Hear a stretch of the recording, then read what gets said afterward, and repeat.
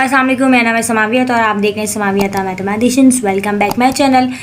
आज हम इंशाल्लाह ग्रेड 9 की मैथ्स का सिलेबस स्टार्ट करेंगे और जो है वो रेगुलर वाइज आपको जो है वो हर लेक्चर जो है वो अपडेट होता रहेगा। आप देखते रहिएगा ताकि आपको साथ साथ समझ आता रहे और जो चीज़ आपको समझ नहीं आएगी वो आप पूछ भी सकते हैं।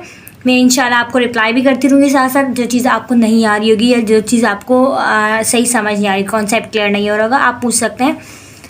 और जो है वो अगर कोई नया है तो प्लीज़ आप चैनल को भी सब्सक्राइब कर लें ताकि आप तक इन्फॉर्मेशन पहुंचती रहे। आज हमारे पास जो क्लास 9 का हम स्टार्ट करने वाले हैं, हम सबसे पहले देख लेते हैं हमारे पास यूनिट नंबर 1 जो है रियल एंड कॉम्प्लेक्स नंबर का है। और आपको पता है रियल एंड कॉम्प्लेक्स नंबर्स में क्या क्या होते हैं, क्योंकि हमारे पास जो है वो रियल नंबर आगे हम देख सकते हैं।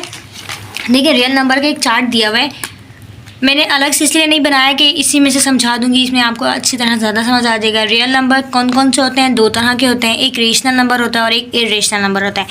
रेशनल नंबर जो टोटली डिवाइड हो जाता है, जिसकी नीचे जो है वो वैल्यू ज़ीरो नहीं आए, क्योंकि अगर किसी भी चीज़ के वैल्यू नीचे ज़ीरो आ जाती है तो वो आपको पता है इन्फिनिटी के बराबर हो जाता है और इन्फिनिटी डिवाइड को वेरीफाई नहीं करता।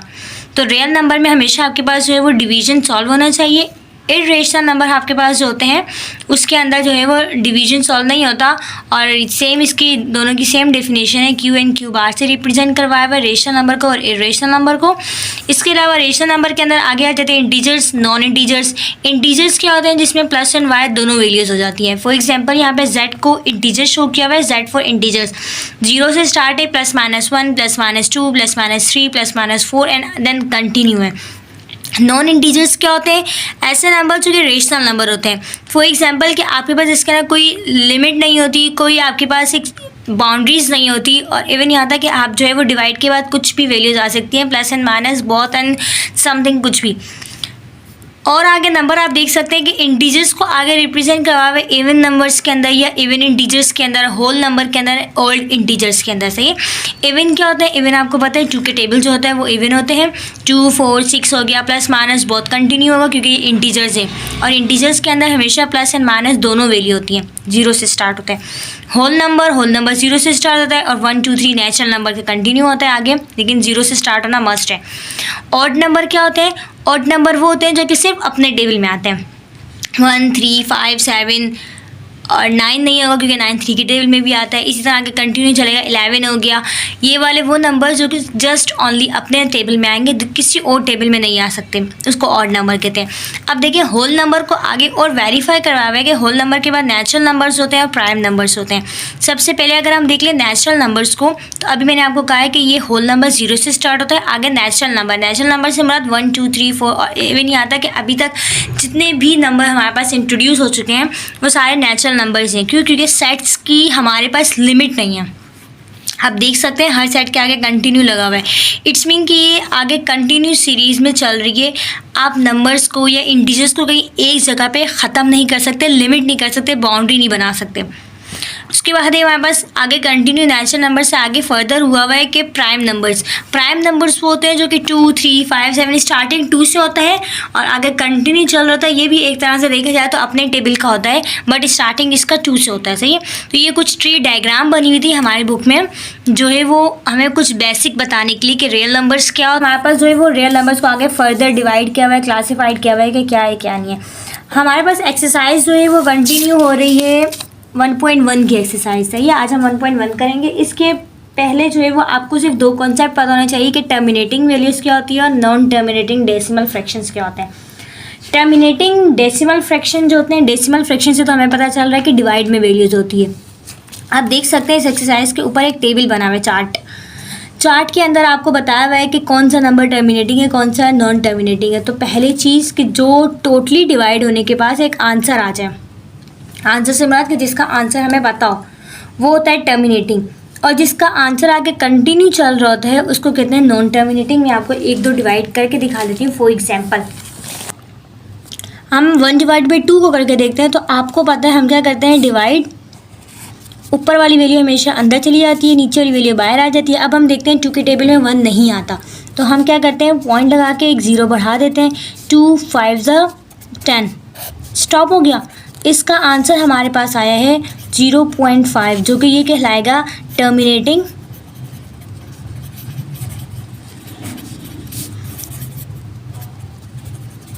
डेसिमल फ्रैक्शन होगा।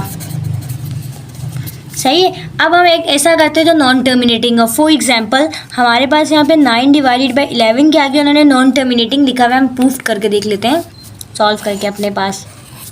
9 अंदर 11 बाई 11 की टेबल में 9 नहीं आता, तो हम ऐसा करते हैं पॉइंट लगा के एक 0 बढ़ा देते हैं, तो ये हो जाएगा हमारे पास 90। और हम चेक करें तो 11 को 9 से करेंगे 99 होता है, 11 को 8 से कर लेते हैं तो ये हो जाएगा 88। माइनस करते हैं, ये 10 हो गया, 10 में से 8 को माइनस करते हैं, 2 बच गया, यहाँ पे ऑलरेडी 8 बच गया, 8 में से 8 गया 0 बच गया। सही है, पॉइंट लगा हुआ है, एक 0 और बढ़ाते हैं। अब 11 के देखते हैं कि आपके पास आ रहे हैं नहीं आ रहा है। 11 2 ज़ा तो 22 होता है, 11 1 ज़ा 11 हो जाएगा। माइनस करके देखते हैं तो ये 10 में से 1 चला जाएगा, आपके पास 9 बच जाएगा।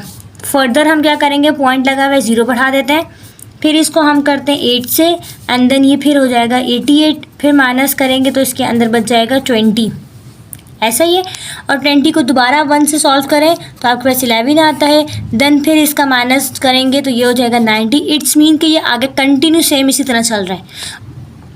सही है, तो ये पॉइंट लगा के मैं आपको पढ़ के बता रही थी, तो ये पॉइंट लगा के आपके पास जो है वो ऑलरेडी 90 आ जाएगा, सेम इसी तरह कंटिन्यू चल रहा है। तो ये हमारे पास हो जाएगा 0.8181 और आगे सेम इसी तरह चलती रहेगी सीक्वेंस 818181 की। तो इट इज़ नॉन टर्मिनेटिंग, कि जिसकी कोई एंडिंग पॉइंट नहीं है और ये कंटिन्यू चल रहा है। सही है, it is non terminating decimal fraction जाएगा। तो आपके पास जब भी डिवाइड सॉल्व करने से हमारे पास 1/2 किया था, तो डिवाइड सॉल्व करने थे हमारे पास एक आंसर आ रहा था जिसकी लिमिट थी, जो कि हमारे पास लिमिट के साथ आंसर था, बस स्टॉप हो रहा था। तो इट्स मीन कि टर्मिनेटिंग फ्रैक्शन था, और जो कि स्टॉप नहीं होंगे और कंटिन्यू सीरीज़ में चलता रहेगा आंसर, उसको कहेंगे नॉन टर्मिनेटिंग। ईजी आपका यही है। अब हम देख लेते हैं, हमारे पास एक्सरसाइज 1.1 के अंदर पहला सवाल दिया हुआ है, identify the following numbers as rational and irrational number.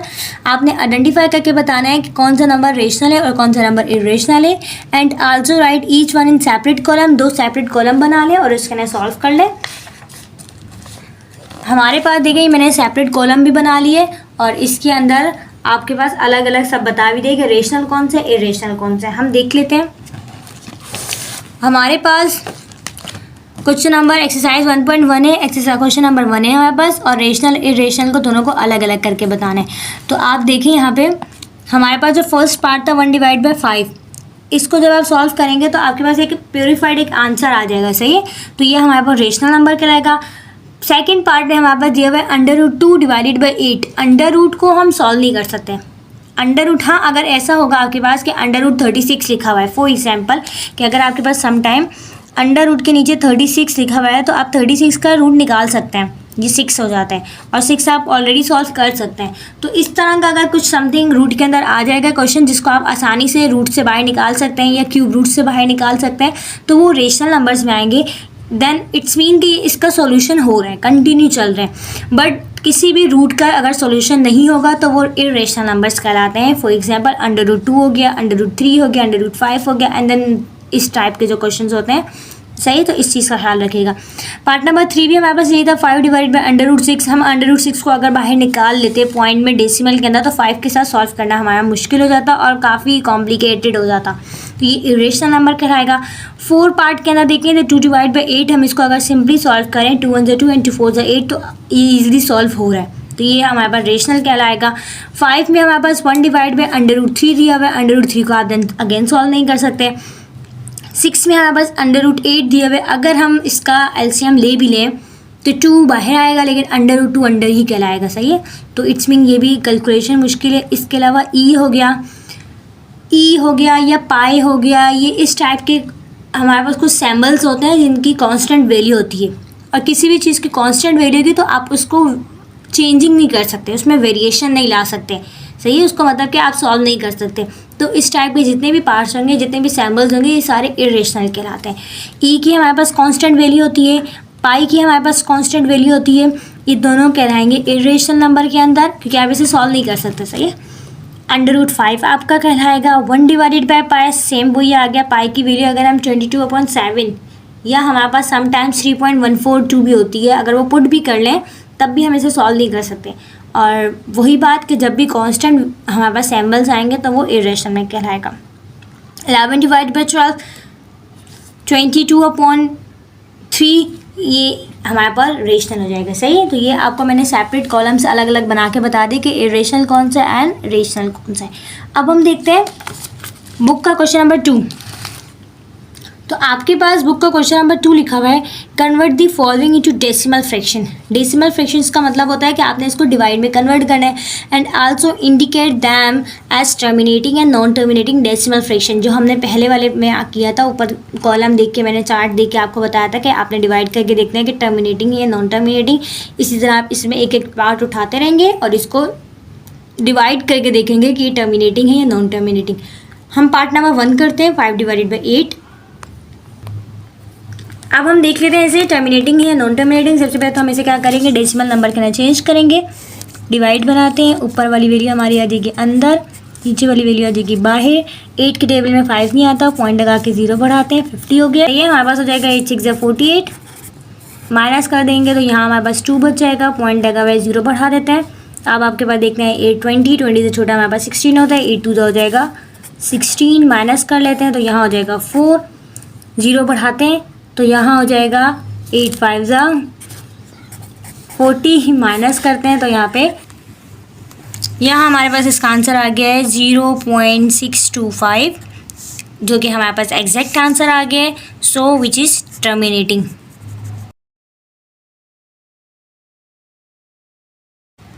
तो ये हमारे पास हो गया terminating decimal fraction. Part number 2 है हमारे पास 4 डिवाइडेड बाई 18। हम इसे सॉल्व करके देखते हैं तो यहाँ हो जाएगा हमारे पास 4 अंदर 18 बाहर, पॉइंट लगा के 0 बढ़ाते हैं। हम 8 2 36, माइनस कर देते हैं तो यहाँ हमारे पास हो जाएगा 4 एंड 3 में से 3 के 0, 4 ही बच जाएगा, पॉइंट लगा हुआ है 0। ये फिर आगे हमारे पास क्या होगा, 18 2 36, फिर माइनस करेंगे, यहाँ 4 बच गया, पॉइंट लगा 0 बनाएंगे, फिर 2 से करेंगे 36। ये क्या देखें आपको पता चल रहा है कि ये आगे कंटिन्यू चल रही है। तो इसका आंसर हो जाएगा हमारे पास 0.222 एंड देन आगे कंटिन्यू सीरीज चल रही है। So which is non terminating.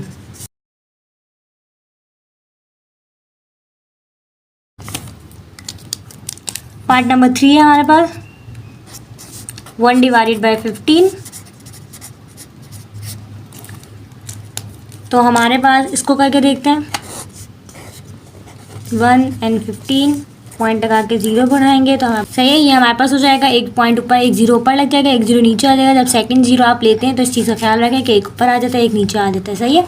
तो हम इसको करेंगे तो 15 को 6 से करते हैं तो यहाँ आ जाएगा 90, माइनस कर देंगे 10 आ गया, 10 हमारे पास नहीं आता, एक 0 बढ़ाते हैं तो फिर हो जाएगा यहाँ पे 6 से करेंगे तो ये हो जाएगा 90, माइनस करेंगे 10 आ जाएगा। ये सेम कंटिन्यू चल रहा है तो यहाँ आंसर हो जाएगा आपके पास 0.066, सेम कंटिन्यू चलेगा। So which is also non terminating.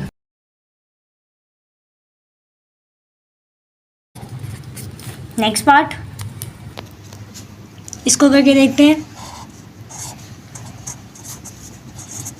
हमारे पास ये हो जाएगा 8 को 6 से मल्टीप्लाई करेंगे तो हमारे पास हो जाएगा 48, 1 बच गया, पॉइंट लगा के 0 बढ़ाते हैं, 8 1 8 हो जाएगा, 2 बच के 0 लगाते हैं, 8 2 16 हो जाएगा। हमारे पास यहाँ बच गया 4, 0 लगाएंगे तो ये हो जाएगा 8 5 40, ख़त्म।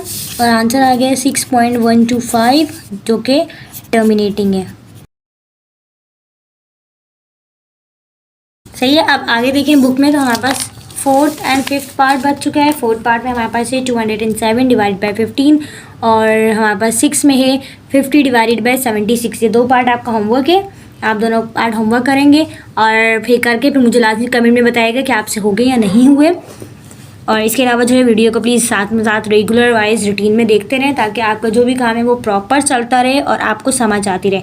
अगर आपको कुछ ना समझ आए तो आप वो पूछ सकते हैं और वीडियो को लाइक भी कीजिएगा, चैनल को सब्सक्राइब भी कीजिएगा अगर आपने अभी तक नहीं किया तो। Thank you so much.